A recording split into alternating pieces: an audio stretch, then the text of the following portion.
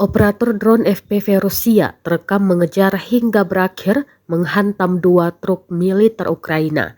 Truk yang membawa amunisi dan prajurit Ukraina di wilayah Kharkov jadi sasaran. Rekamannya diunggah di Telegram resmi Kementerian Pertahanan Rusia pada Kamis 2 Januari 2025. Dalam keterangan unggahan disebutkan, prajurit kelompok pasukan utara menemukan dan menghancurkan 2 unit kendaraan angkatan bersenjata Ukraina secara membabi buta.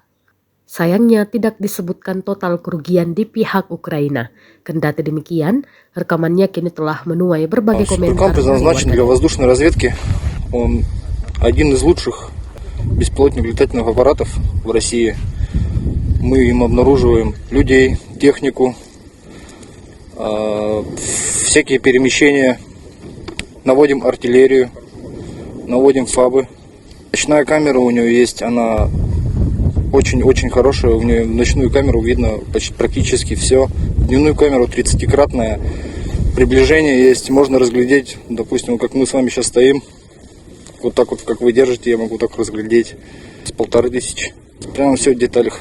Танки, минометы, БМП, БТРы. В принципе, почти вся техника. Download Tribun X sekarang, menghadirkan lokal menjadi Indonesia.